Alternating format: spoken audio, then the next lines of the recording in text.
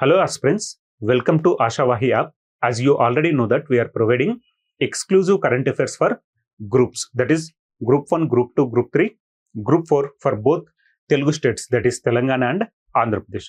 రాబోతున్న నోటిఫికేషన్స్ ని దృష్టిలో ఉంచుకొని ఆశావాహి యాప్ నుంచి మనం కరెంట్ అఫైర్స్ ని గ్రూప్స్ ఓరియంటేషన్ లో ప్రొవైడ్ చేయడం జరుగుతుంది.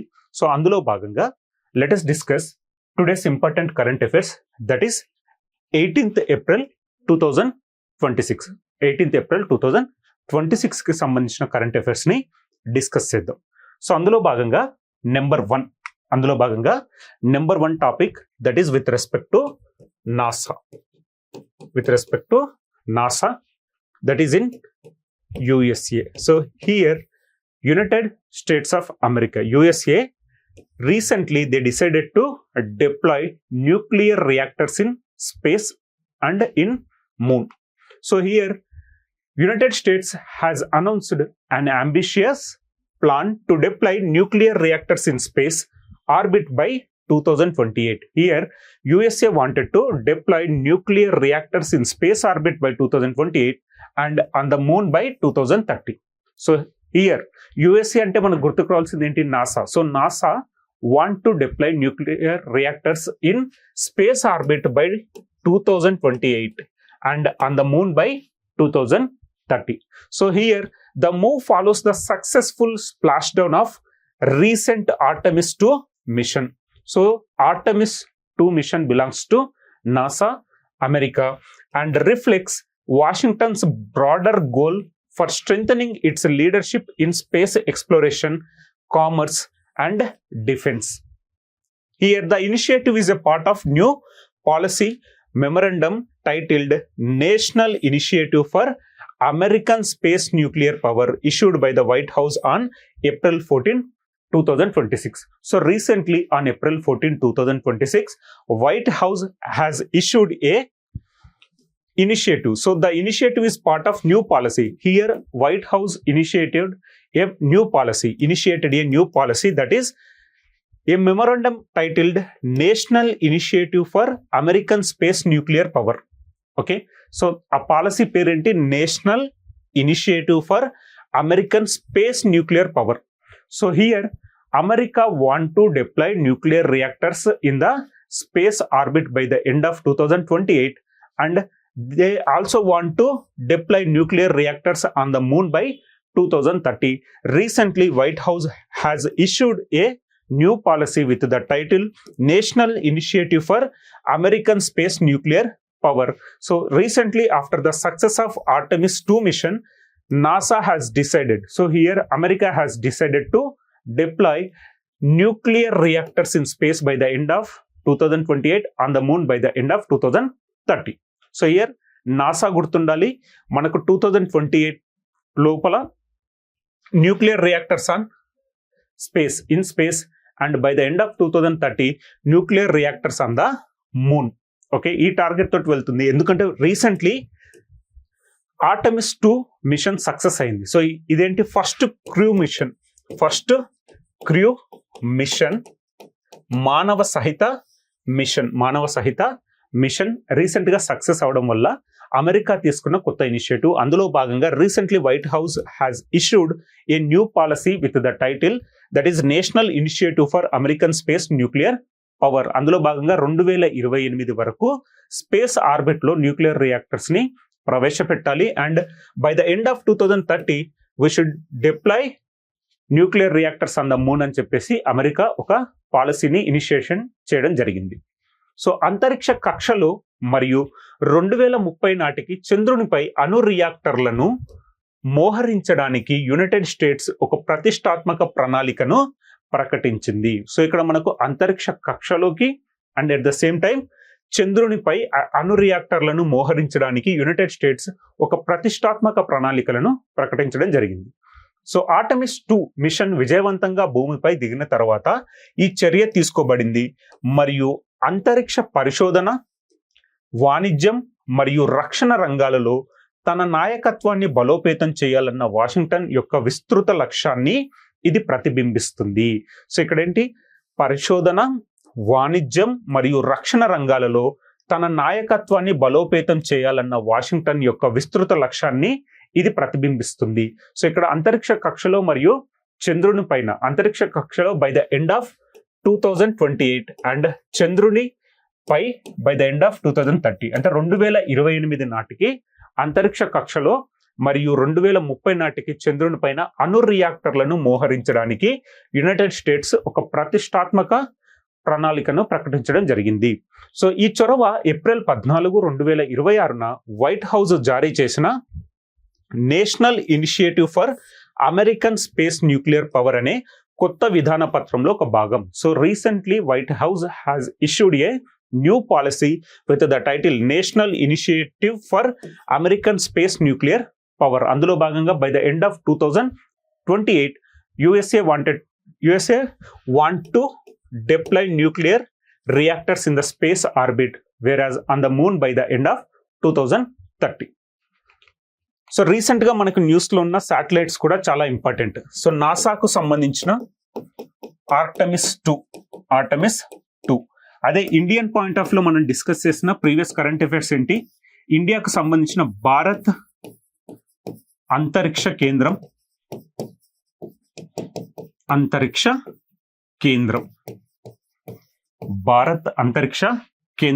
By the end of 2035.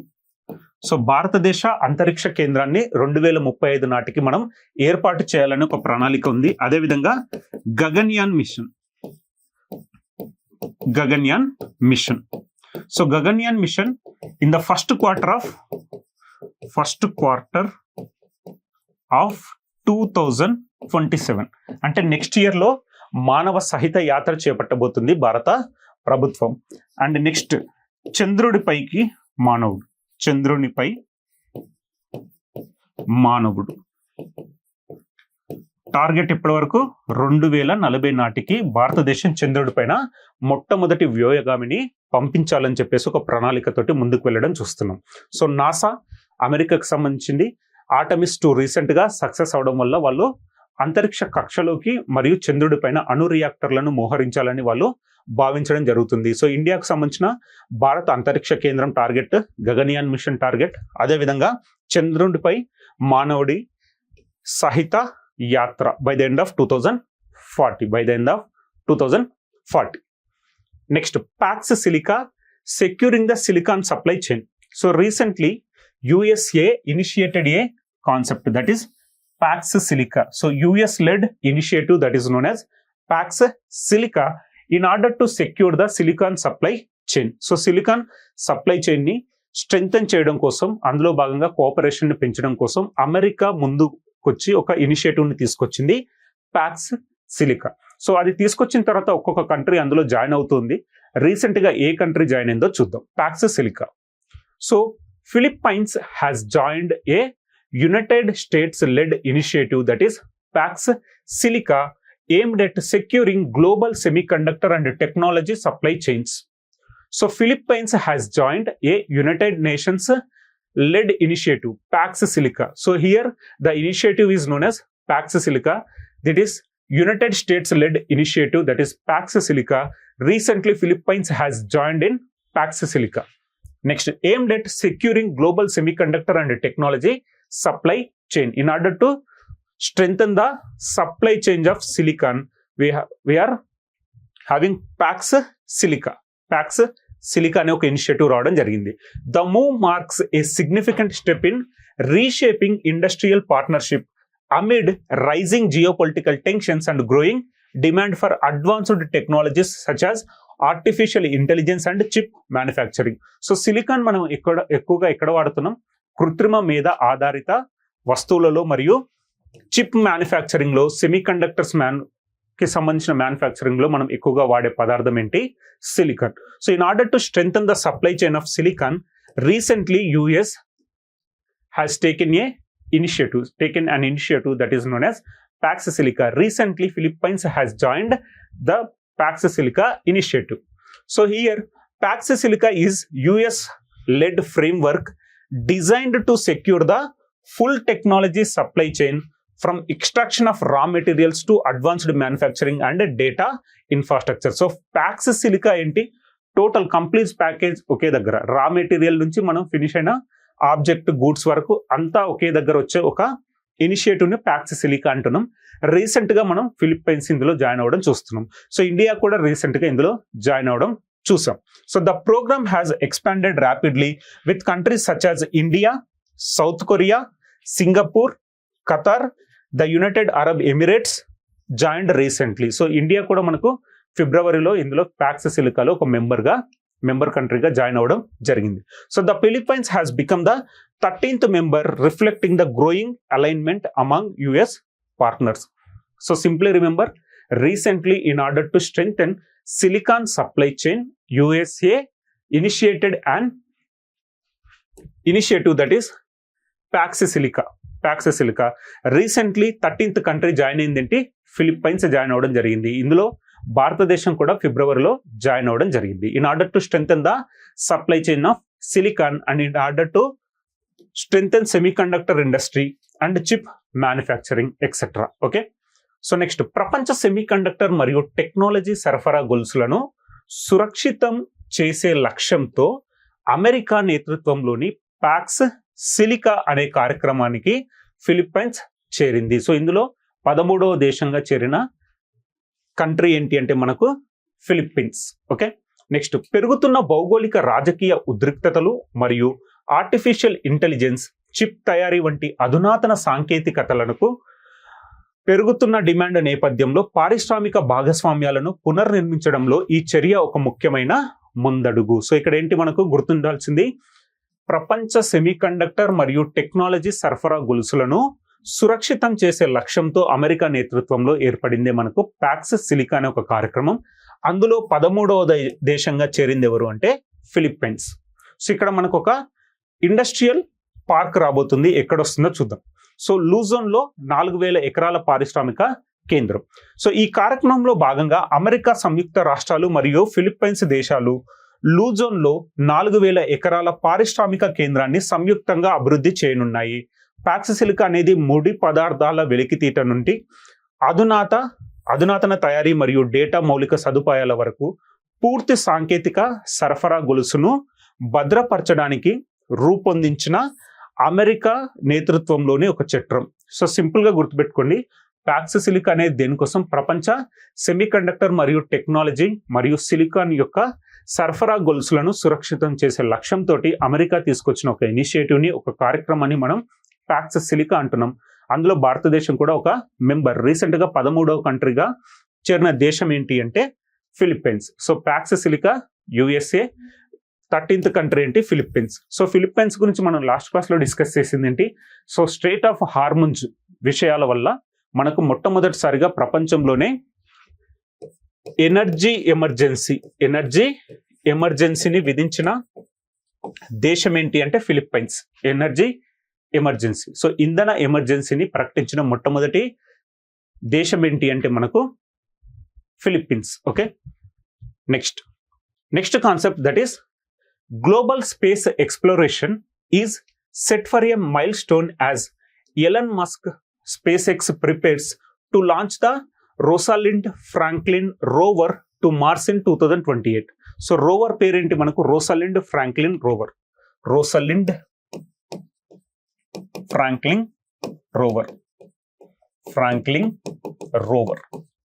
So మనకి ఇక్కడ ల్యాండర్, రోవర్, ప్రోబ్ ఇలాంటివన్నీ చాలా పేర్లు వస్తాయి, టెక్నికల్ పేర్లు వస్తుంటాయి. మనం ఎప్పుడైతే శాటిలైట్స్ గురించి కానీ రాకెట్స్ గురించి మనం మాట్లాడినప్పుడు ఖచ్చితంగా మనకు వినిపించే పేర్లు ఏంటి, రోవర్, ల్యాండర్, ప్రోబ్, అదేవిధంగా పేలోడ్, ఇలాంటి పేర్లు వస్తుంటాయి.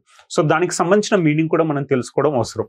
సో ఇక్కడ ల్యాండర్ అంటే ఏం చేస్తుంది, మనకి ఏదైనా సర్ఫేస్ పైన ల్యాండ్ అవ్వడం జరుగుతుంది. సో అక్కడ ల్యాండ్ అయినా దాన్ని మనం ఏమంటున్నాం, ల్యాండర్ అంటున్నాం. Example Vikram lander. అదేవిధంగా రోవర్.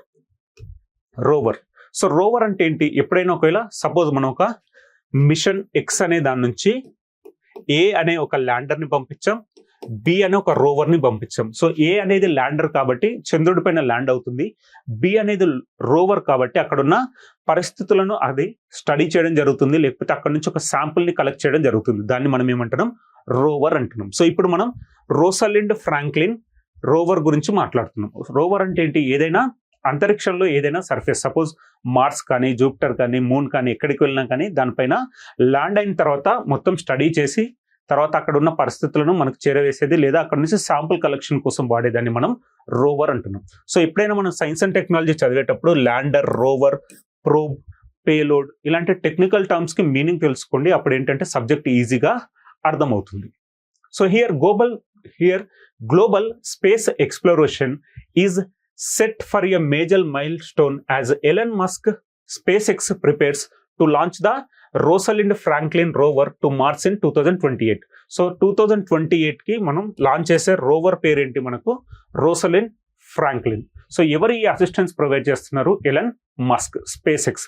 సో అమెరికాకు సంబంధించిన private space organization SpaceX. అదే గవర్నమెంట్ ఇదేంటి? NASA. So the mission part of European led ExoMars program. So ఇక్కడ యూరోప్ లాంచ్ చేస్తున్నది ఏంటి? మనకు ఎక్సో మార్స్ ప్రోగ్రామ్ ని లాంచ్ చేయబోతుంది. Okay, aims to search for signs of past or present life in the red planet. So Mars పైన గతంలో లేదా present లో అక్కడ లైఫ్ ఎగ్జిస్ట్ అవుతుందా అనే ఒక కోణంతో తీసుకొచ్చిన ఇనిషియేటివ్ ని మనం ఏమంటున్నాం? European led ExoMars program. So ఈ మార్స్ ప్రోగ్రామ్ లో రోవర్ ని ప్రొవైడ్ చేస్తున్నది ఎవరంటే స్పేస్ ఎక్స్. సో ఆల్రెడీ ఇది యూరోప్ కి సంబంధించిన ఒక ఎక్సో మార్స్ ప్రోగ్రామ్. యూరోప్ కి సంబంధించిన ఎక్సో మార్స్ ప్రోగ్రామ్. ఆ ప్రోగ్రామ్ లో రోవర్ కి అసిస్టెన్స్ ఇస్తున్నది ఎవరు? Elon Musk. స్పేస్ ఎక్స్ కి సంబంధించిన రోవర్ ఏంటి? మనకు రోసలిండ్ ఫ్రాంక్లిన్ రోవర్ వెళ్తుంది. సో దానికి అసిస్టెన్స్ ఇస్తున్నది ఎవరు? SpaceX, Elon Musk. So mission objective and scientific goals. So దీని వెనుకున్న ఆబ్జెక్టివ్ ఏంటో చూద్దాం. The Rosalind Franklin rover developed under the leadership of the European Space Agency with support from NASA is specifically designed to detect biosignatures of life.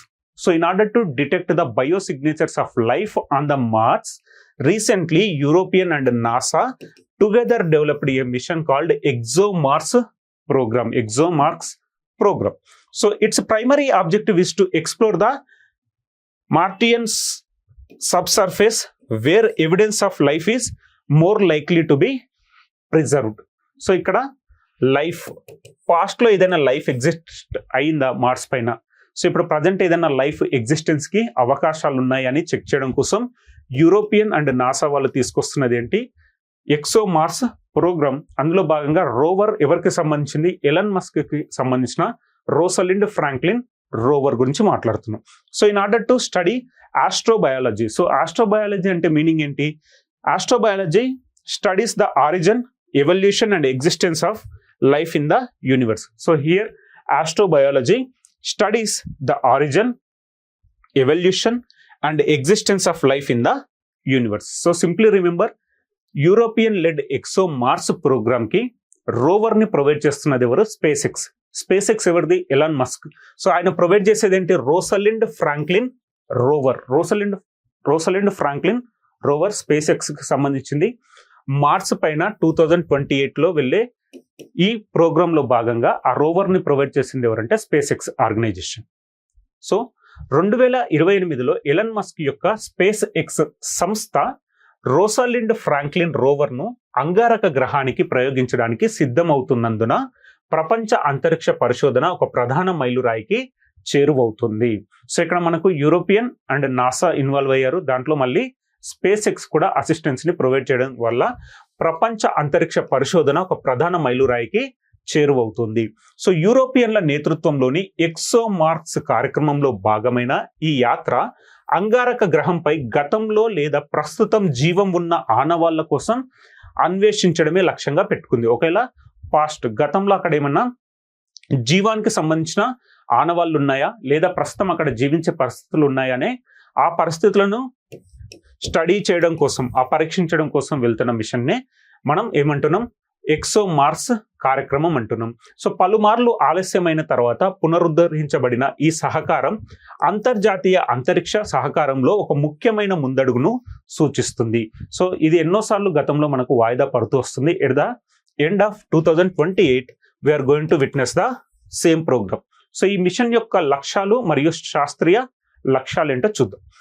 European Space agency నాయకత్వంలో NASA సహకారంతో అభివృద్ధి చేయబడిన రోసాలిండ్ Franklin rover జీవానికి సంబంధించిన జీవ సంకేతాలను గుర్తించడానికి ప్రత్యేకంగా రూపొందించబడింది. సో ఇక్కడ జీవానికి సంబంధించిన జీవ సంకేతాలను గుర్తించడానికి ప్రత్యేకంగా రూపొందించబడింది. సో ఇక్కడ జీవానికి సంబంధించిన ఆధారాలు భద్రపరచబడే అవకాశం ఎక్కువగా ఉన్న అంగారక గ్రహపు భూగర్భాన్ని అన్వేషించడం దీని ప్రాథమిక లక్ష్యం.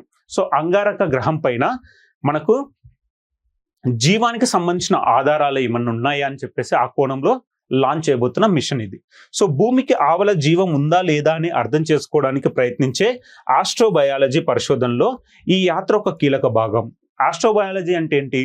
ఆస్ట్రోబయాలజీ విశ్వంలో జీవం యొక్క మూలం, పరిణామం మరియు ఉనికిని అధ్యయనం చేస్తుంది. సో ఆస్ట్రోబయాలజీ అంటే ఏం చేస్తుంది? విశ్వంలో జీవం యొక్క మూలం, పరిణామం మరియు ఉనికిని అధ్యయనం చేస్తుంది. Astrobiology studies the origin, evolution and existence of life in the universe. So simply remember, ఇక్కడ యూరోపియన్ లాంచ్ చేస్తున్న ప్రోగ్రామ్ ని ఎక్సో మార్స్ ప్రోగ్రామ్ అంటున్నాం. దానికి సపోర్టివ్ గా రోవర్ ని ప్రొవైడ్ చేస్తున్న వాళ్ళు ఎలన్ మస్క్ కి సంబంధించిన స్పేస్ ఎక్స్. ఆ రోవర్ పేరేంటి? మనకు రోసలిండ్ ఫ్రాంక్లిన్ రోవర్ అంటున్నాం. ఎందుకోసం ఇది? In order to research astrobiology on Mars. Next, ఇండియాకి సంబంధించిన న్యూక్లియర్ పవర్ గురించి చూద్దాం. So India has outlined an ambitious plan to expand its nuclear power capacity more than 10-fold from current 8.8 gigawatt to 100 gigawatts by 2047. So India wanted to expand its nuclear power capacity more than 10-fold. So present power capacity ఎంత? 8.8 gigawatts power capacity తోటి భారతదేశం ఉంది. దానిని almost 100 gigawatts కి పెంచాలనే లక్ష్యంతో ముందుకు వెళ్తుంది at the end of 2047. So 2047 నాటికి మనకి ఇక్కడ న్యూక్లియర్ పవర్ కెపాసిటీని 8.8 ప్రజెంట్ ఉన్న 8.8 gigawatts నుంచి 100 gigawatts కి పెంచాలి అనే ఒక ప్రయత్నంతో ముందుకు వెళ్తున్న ఇనిషియేటివ్ ఇది. సో భారతదేశం తన అణు విద్యుత్ సామర్థ్యాన్ని ప్రస్తుత 8.8 గిగావాట్ల నుండి 2047 నాటికి 100 గిగావాట్లకు అంటే 10 రెట్లకు పైగా విస్తరించడానికి ఒక ప్రతిష్టాత్మక ప్రణాళికను రూపొందించింది. సో ఇక్కడ భారతదేశం తన అణు విద్యుత్ సామర్థ్యాన్ని ప్రస్తుతం ఉన్న 8.8 గిగావాట్ల నుండి 2047 నాటికి 100 gigawatts కి అంటే దాదాపు 10 రెట్లకు విస్తరించాలనే ఒక ప్రతిష్టాత్మక ప్రణాళికను సిద్ధం చేయడం చూస్తున్నాం. సో ఇక్కడ న్యూక్లియర్ పవర్ ప్లాంట్స్, ఇండియాకి సంబంధించిన న్యూక్లియర్ పవర్ ప్లాంట్స్ ఇంపార్టెంట్. మనకు జనరల్ స్టడీస్ లో భాగంగా ఫస్ట్ పేపర్ లో ఎప్పుడు అడిగే క్వశ్చన్ ఏంటి? న్యూక్లియర్ పవర్ ప్లాంట్స్ కి సంబంధించిన క్వశ్చన్స్ మనం ఎక్స్పెక్ట్ చేయొచ్చు. అంటే ఏ పవర్ ప్లాంట్ ఏ రాష్ట్రానికి సంబంధించింది అనేది కూడా తెలుసుకోవాలి. ఎగ్జాంపుల్, రీసెంట్ గా కుడంకులం తమిళనాడుకు సంబంధించిన reactor achieved criticality. So criticality సాధించిన న్యూక్లియర్ రియాక్టర్ ఏంటి? రీసెంట్ గా మనకు కుడంకులం తమిళనాడుకి సంబంధించింది. Next, what is CAPF? So here complete guide to India's central armoured police forces. So CAPF అంటే ఏంటో చూద్దాం. ఓకే, బిఎస్ఎఫ్ అంటే ఏంటి? Border security force. బిఎస్ఎఫ్ అంటే ఏంటి? మనకు border security force. Next, CRPF అంటే ఫుల్ ఫామ్ ఏంటి? Central reserve police force. Next, CISF అంటే ఏంటి? Central industrial security force. Next, ITBP అంటే ఏంటి? Indo Tibetan border police. Next, SSB Sahasra Seema Bal. So మనకున్న బిఎస్ఎఫ్ అంటే ఏంటి? Border security force, CRPF central reserve police force, and CISF that is central industrial security force, ITBP that is Indo Tibetan border police, SSB Sahasra Seema బల్ అంటున్నాం. So ఇప్పుడు మనకున్న news లో ఉన్న topic ఏంటి? India is set to host it's first high level conference. So first ever high level conference. ఏదైనా మనకు term first, last, highest, tallest, lowest, deepest ఇలాంటివి ఉన్నప్పుడు మనకి అది ఎగ్జామినేషన్ లో చాలా ఇంపార్టెంట్. సో అందులో భాగంగా India is set to host it's first ever high level conference dedicated exclusively to the Central Armed Police Forces. CAPF అంటే మనకి ఏంటి, సెంట్రల్ ఆర్మడ్ పోలీస్ ఫోర్సెస్ కి సంబంధించిన first ever high level conference జరగబోతుంది. ఎక్కడ జరగబోతుందో చూద్దాం.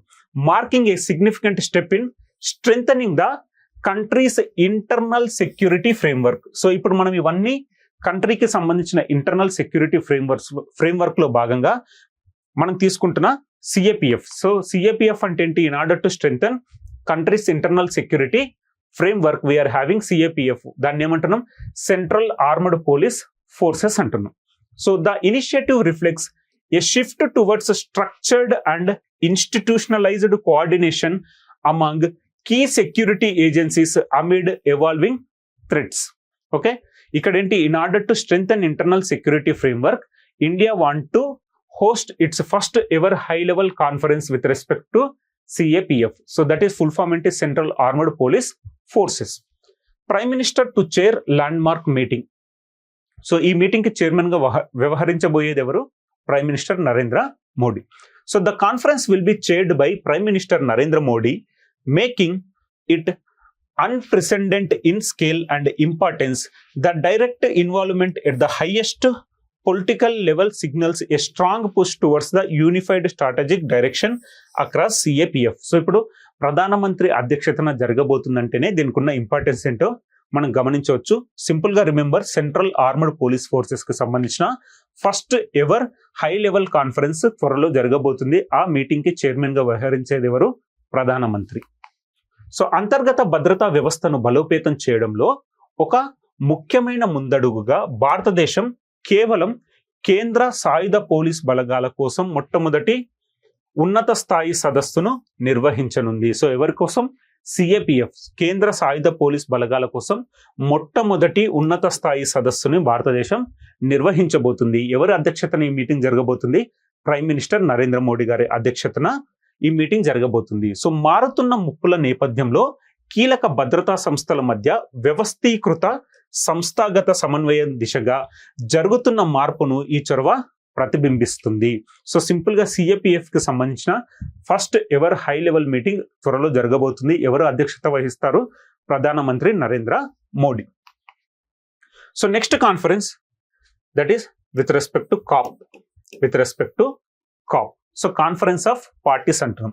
సో 1992లో మనకి ఎప్పుడైతే ఎర్త్ సమిట్ జరిగిందో, ఎర్త్ సమిట్, దాని తర్వాత మనం చూస్తున్న ఇనిషియేటివ్ ఏంటి, కాప్ అంటే ఏంటి, కాన్ఫరెన్స్ ఆఫ్ పార్టీస్ అంటున్నారు. Under the initiative of UNFCCC. So under UNFCCC we are having cap అంటే ఏంటి, కాన్ఫరెన్స్ ఆఫ్ పార్టీస్. దీనికి సంబంధించిన ఇనిషియేటివ్ ఎక్కడ, ఆఫ్టర్ 1992 ఎర్త్ సమిట్ తర్వాత మనకు వచ్చిందే కాన్ఫరెన్స్ ఆఫ్ పార్టీస్ అంటున్నాం, అండర్ UNFCCC. ఓకేనా, under UNFCCC. So every year మనం ఒక కాప్ సదస్సును చూస్తున్నాం. అదేవిధంగా భారతదేశం కూడా ఒక కాప్ సదస్సుకి ఆతిథ్యం ఇవ్వాలి అని చెప్పేసి భావించడం జరిగింది. బట్ ఆ ఇనిషియేటివ్ ని క్యాన్సిల్ చేసుకోవాల్సి వచ్చింది. దానికి సంబంధించిన డీటెయిల్ గా చూద్దాం. సో 2028లో జరగాల్సిన COP 33 ఐక్యరాజ్య సమితి వాతావరణ సదస్సుకు ఆతిథ్యం ఇచ్చేందుకు భారత్ తన బిడ్ను అధికారికంగా ఉపసంహరించుకుంది. సో COP 33 ఎప్పుడు 2028లో COP 33 జరగాలి. దానికి బిడ్డింగ్ జరిగింది. ఎందుకు, ఆ వెన్యూ కోసం భారతదేశం కూడా ఆతిథ్యం ఇవ్వాలని చెప్పేసి ఒక బిడ్ ని పార్టిసిపేట్ చేయాలనుకున్నారు. బట్ ఇప్పుడు దాన్ని ఉపసంహరించుకోవాలని డిసైడ్ అవ్వడం జరిగింది. సో ప్రపంచ వాతావరణ మార్పులపై తన నిబద్ధత వ్యూహంలో ఇది ఒక ఆశ్చర్యకరమైన మార్పును సూచిస్తుంది. ఎందుకంటే మనం ఆతిథ్యం ఇవ్వబోతున్నాం అని చెప్పేసి అందరం భావించడం జరిగింది. సో మరి ఎలాంటి పరిస్థితుల్లో వాళ్ళు ఈ నిర్ణయాన్ని ఉపసంహరించుకున్నారో తెలియాల్సి ఉంది. సో 2023లో దుబాయ్లో జరిగిన COP 28 శిఖరాగ్ర సమావేశంలో ప్రధానమంత్రి నరేంద్ర మోడీ COP 33కు ఆతిథ్యం ఇవ్వాలన్న భారతదేశ ఉద్దేశాన్ని ప్రకటించారు. సో 2023లో COP 28 జరిగింది. 2023లో మనకు COP 28 ఎక్కడ జరిగింది, దుబాయ్లో జరిగింది. సో అక్కడ ఆ సమావేశానికి హాజరైన ప్రైమ్ మినిస్టర్ నరేంద్ర మోడీ ఆయన ఇచ్చిన స్టేట్మెంట్ ఏంటి, 2028 దట్ ఈస్ COP33కి భారతదేశం ఆతిథ్యం ఇవ్వాలి అనుకుంటున్నాం అని చెప్పేసి ఆయన ఒక ప్రకటన ఇవ్వడం జరిగింది. అది మనం ఇప్పుడు ఉపసంహరించుకోవాల్సి వచ్చింది. ఓకేనా. నెక్స్ట్, వాతావరణ చర్చలలో గ్లోబల్ సౌత్ యొక్క ప్రముఖ స్వరంగా భారతదేశ స్థానాన్ని బలోపేతం చేసే దిశగా ఈ ప్రతిపాదన ఒక ముందడుగుగా విస్తృతంగా పరిగణించబడింది. బట్ ఇప్పుడు అన్ఫార్చునేట్ కండిషన్స్ లో వాళ్ళు విత్డ్రా చేసుకోవాల్సి వచ్చింది. సో 2024లో బ్రిక్స్ కూటమి కూడా ఈ ప్రతిపాదనకు మద్దతు తెలిపింది మరియు సన్నాహకాలను నిర్వహించడానికి 2025లో ఒక ప్రత్యేక సెల్ ను కూడా ఏర్పాటు చేయడం జరిగింది. సో 2028 COP33కి ఆతిథ్యం ఇవ్వాలని చెప్పేసి భారతదేశం ఒక సెల్ ను కూడా 2025లో ఏర్పాటు చేయడం జరిగింది. ఓకేనా. సో ఆ సెల్ ఏం చేస్తుంది, మనం ఈ విధంగా ఆతిథ్యం ఏ విధంగా ఇవ్వాలి, దానికి సంబంధించిన యాక్టివిటీస్ ఏ విధంగా జరగాలి, ఏ విధంగా ముందుకు వెళ్ళాలని చెప్పేసి ఒక ప్రణాళిక కోసం ఒక సెల్ ని కూడా ఏర్పాటు చేయడం జరిగింది. బట్ ఇప్పుడు 2026 ఏప్రిల్లో మనం ఈ స్టేట్మెంట్ ని ఉపసంహరించుకున్నాం. సో దానికి సంబంధించిన కారణాలు తెలియాల్సింది. So the India has officially withdrawn its bid to host the COP33. So United Nations Climate Summit scheduled for 2028. So marking a surprising shift in global climate engagement strategy. So in the year 2025, India established a cell in order to monitor the bidding activities for the COP 2028. But unfortunately, recently India has withdrawn that statement. So ఇక్కడ ఏంటి, మనకు COP33 2028లో జరగబోతున్న COP33కి ఆతిథ్యం ఇవ్వాలని చెప్పేసి మనం భావించడం జరిగింది.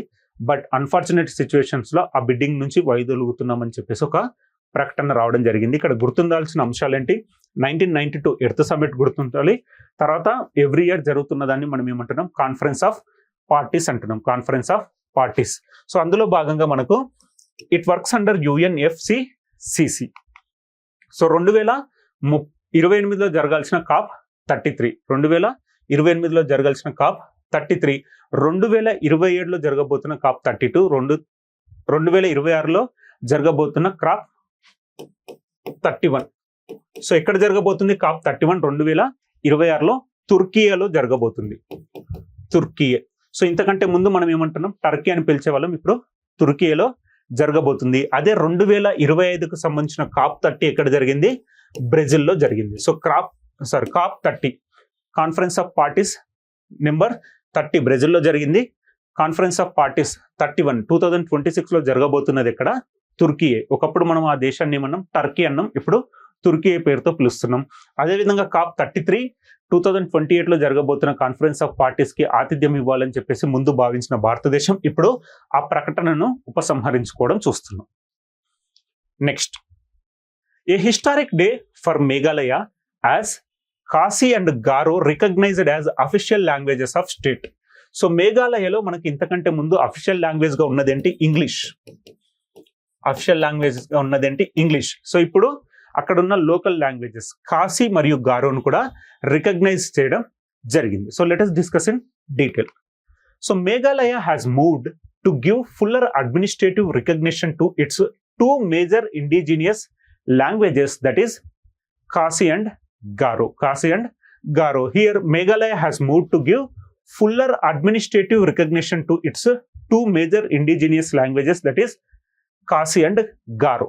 So on 16th April 2026, the state cabinet approved the Meghalaya Official Languages Ordinance 2026.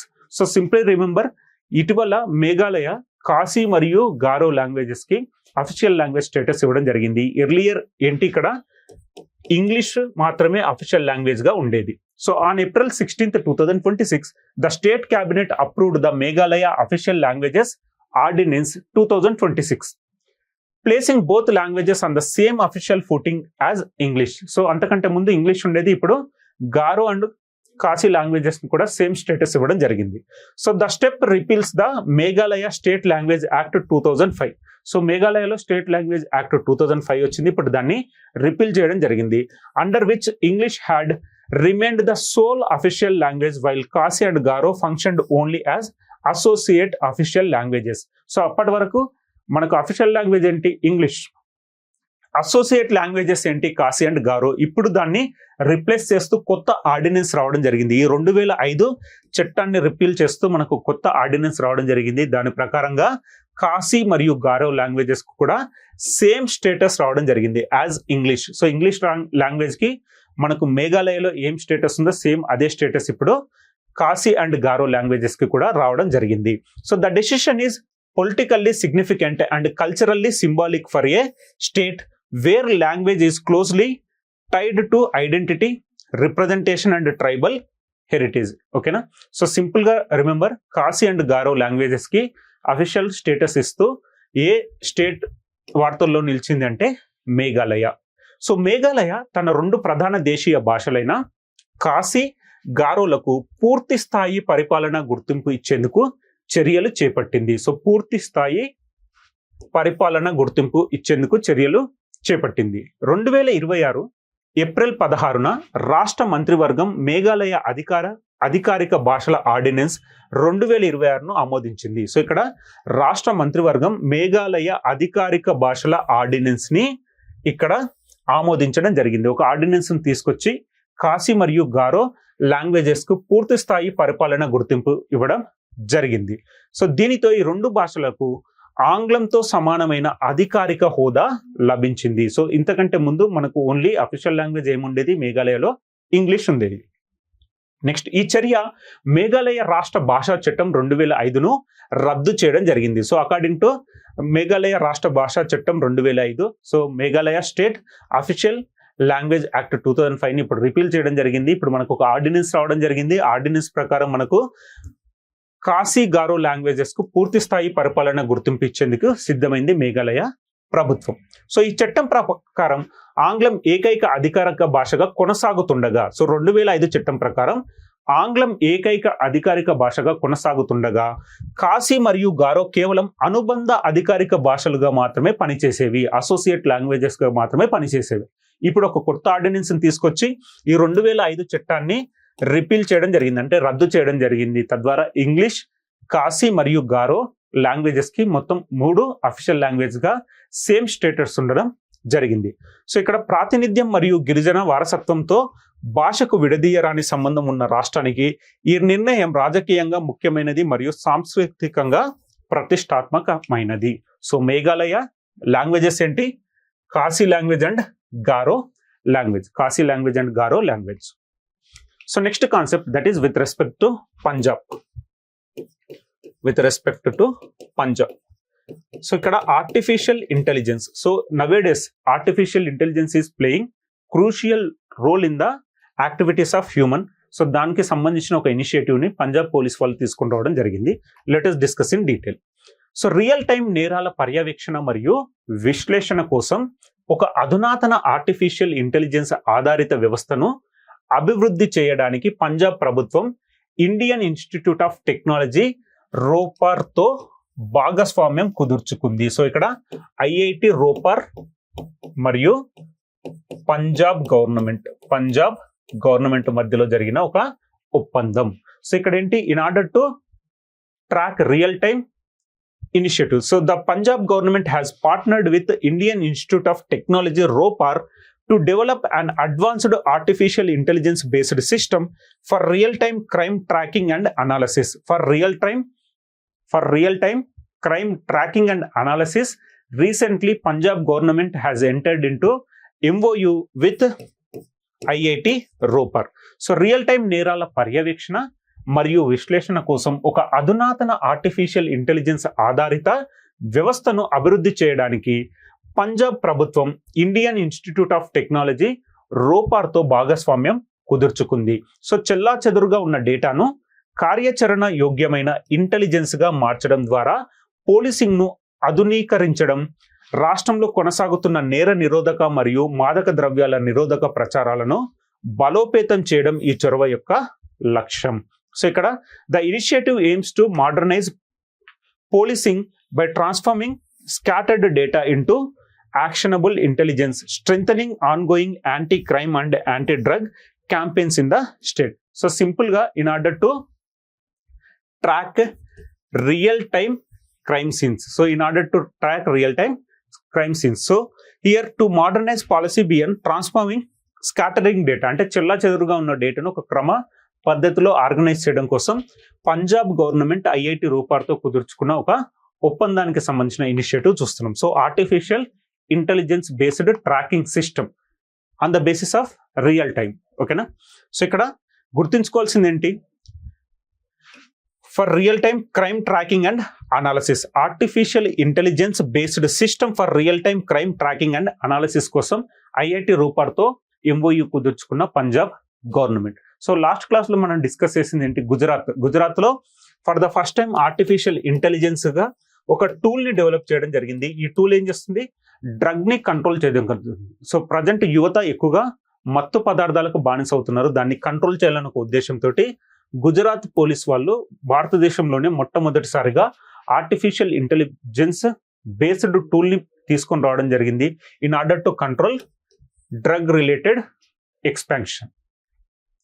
Next, తెలంగాణకు సంబంధించిన important current affairs, that is significant deposits of vanadium and titanium has been identified by the Geological Survey of India in Parvatpur area of Sangareddy district, Telangana. Parvatpur area of Sangareddy district in Telangana. So తెలంగాణలోని సంగారెడ్డి జిల్లా పర్వతాపూర్ ప్రాంతంలో vanadium, టైటానియంల గణనీయమైన నిక్షేపాలను geological survey of India గుర్తించింది. So ఇక్కడ ఏంటి? Vanadium and టైటానియంకు సంబంధించిన నిక్షేపాలు మనకి ఎక్కడ కనిపించాయి? తెలంగాణలోని సంగారెడ్డి జిల్లా పర్వతాపూర్లో మనకు కనపడడం జరిగింది. So here the significant deposits of vanadium and titanium have been identified by the geological survey of India in the Parvatpur area of Sangareddy district, Telangana. The findings have been identified as a major strategic resource with the central government moving forward with auctioning the blocks to boost the domestic supply of critical minerals. So simple ga gurtupeట్టుకోండి, significance of vanadium ఏంటి? Vanadium is a vital component used in high strengthening steel production, advanced batteries and aerospace technology. So vanadium ని మనం ఎక్కడెక్కడ వాడుతున్నాం? strengthening the steel production, advanced batteries and aerospace technology లో మనం ఎక్కువగా వాడేదే మనం vanadium and titanium. So vanadium and titanium reserves తెలంగాణలోని Sangareddy district లో పర్వత్పూర్ అనే ఏరియాలో మనకు ఆ నిక్షేపాలు ఉన్నట్టు జియోలాజికల్ సర్వే ఆఫ్ ఇండియా వాళ్ళు ఒక సమాచారాన్ని ఇవ్వడం జరిగింది. సో వెనడియం అనేది అధిక బలం గల ఉక్కు ఉత్పత్తి, అధునాతన బ్యాటరీలు మరియు ఏరోస్పేస్ టెక్నాలజీలో ఉపయోగించే ఒక కీలకమైన భాగం. ఓకేనా? So let us recall today's important topics. That is number one. NASA, that is USA, wanted to deploy nuclear reactors in space orbit by 2028 on the moon by 2035. 2028 నాటికి అంతరిక్ష కక్షలో మరియు 2030 నాటికి చంద్రుడి పైన ఈ న్యూక్లియర్ అణు రియాక్టర్లను చేరవేయాలి అని చెప్పేసి, మోహరించాలి అని చెప్పేసి భావిస్తున్న అమెరికా.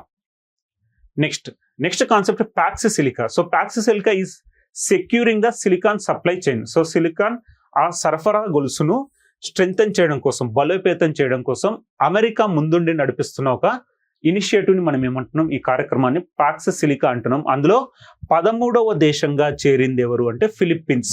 సో ఫిలిప్పీన్స్ 13వ దేశంగా ప్యాక్సిసిలికాలో భాగమైంది.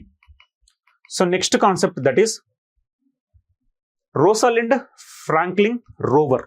సో యూరోప్ కి సంబంధించిన ఎక్సో మార్స్ ప్రోగ్రామ్ 2028లో లాంచ్ కాబోతుంది. దానికి సంబంధించిన రోవర్ రోసాలిండ్ ఫ్రాంక్లిన్ రోవర్ ని అసిస్టెన్స్ గా ఇవ్వనున్నట్టు ప్రకటన వెలువడింది. ఎవరిస్తున్నారు అసిస్టెన్స్ గా?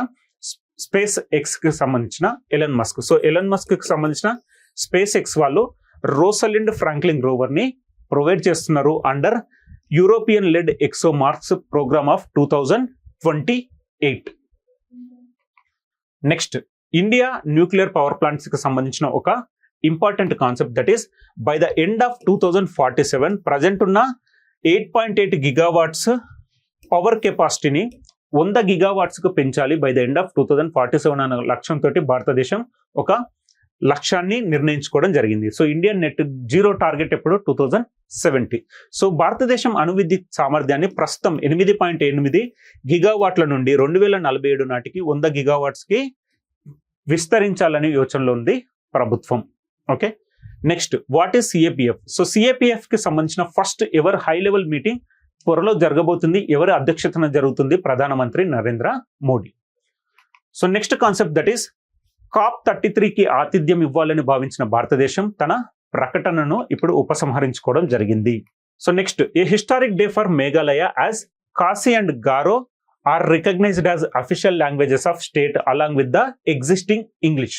సో ఆల్రెడీ ఉన్న ఇంగ్లీష్ కి అసోసియేట్ లాంగ్వేజెస్ లాగా ఉండేవి, ఇప్పుడు ఇంగ్లీష్ తో పాటు సేమ్ స్టేటస్ ని చేరుకున్న Khasi and Garo languages of Meghalaya.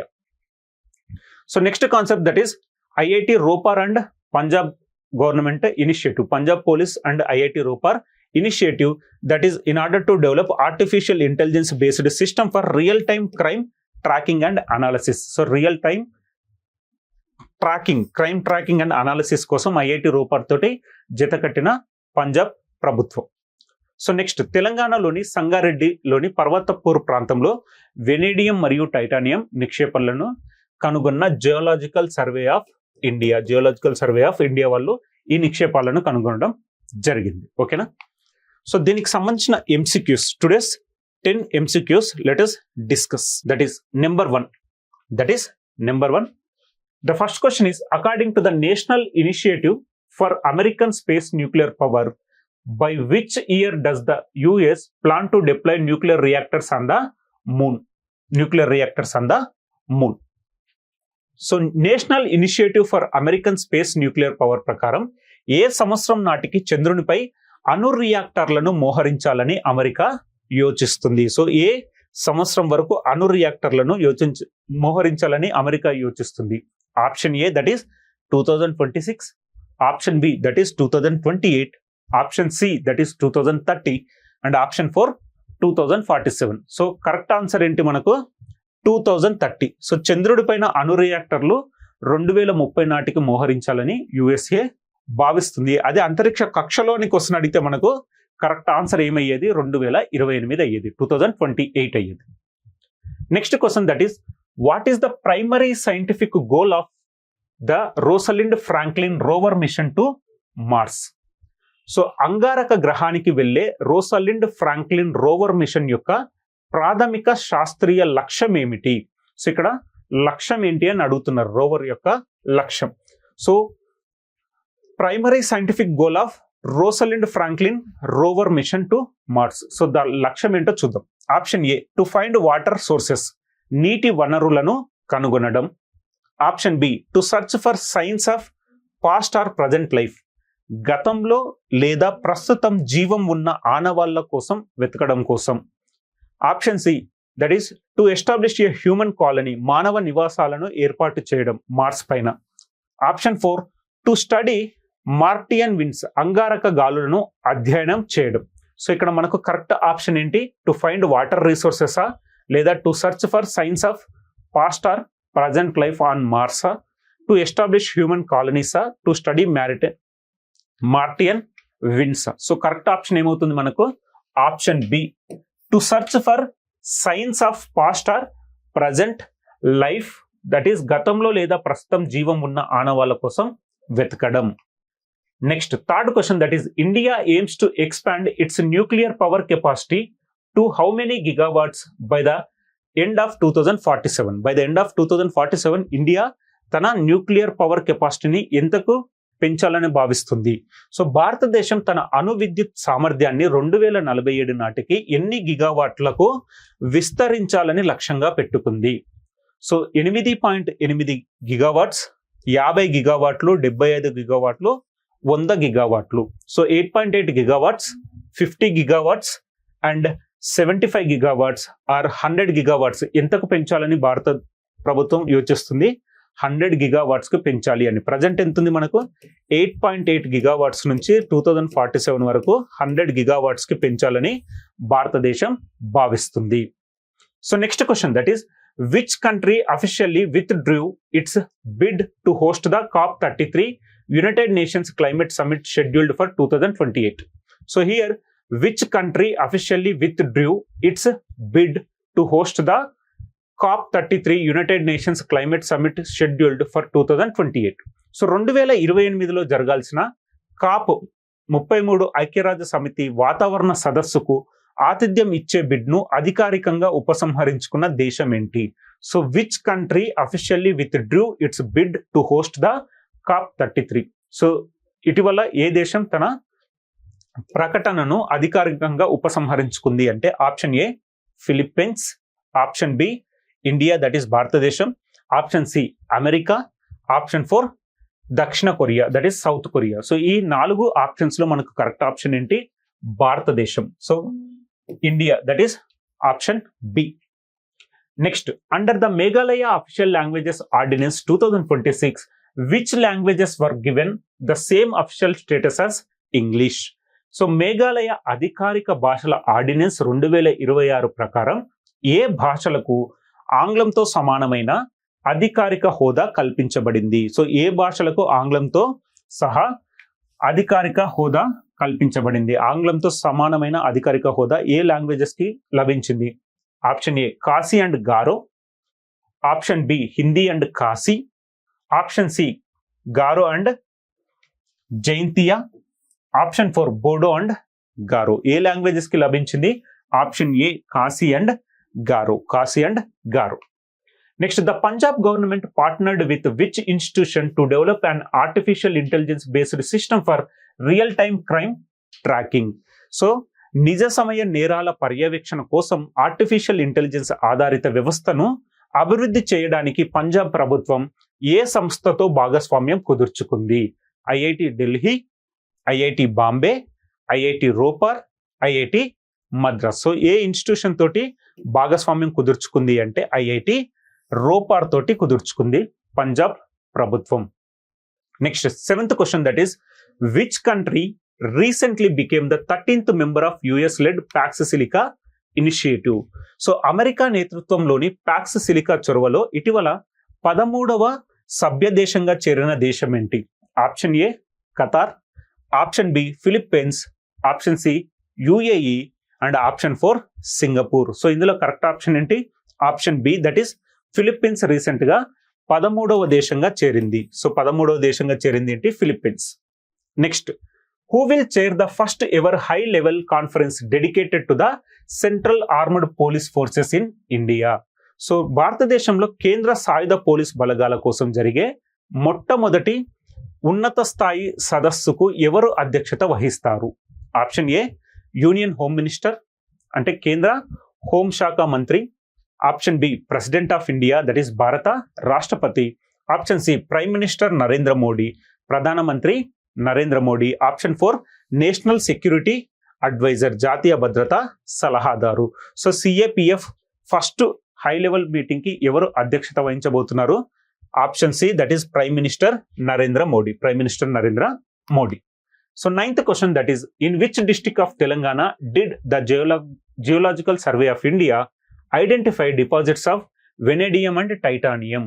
So question is తెలంగాణలోని ఏ జిల్లాలో geological survey of India vanadium మరియు టైటానియం నిక్షేపాలను గుర్తించింది? Option A Hyderabad, option B Sangareddy, option C Medak, option 4 Warangal. So ఇందులో ఏ జిల్లాలో మనకు నిక్షేపాలు దొరికాయి అంటే సంగారెడ్డిలో ఈ నిక్షేపాలు ఉన్నట్టు జియోలాజికల్ సర్వే ఆఫ్ ఇండియా గుర్తించడం జరిగింది.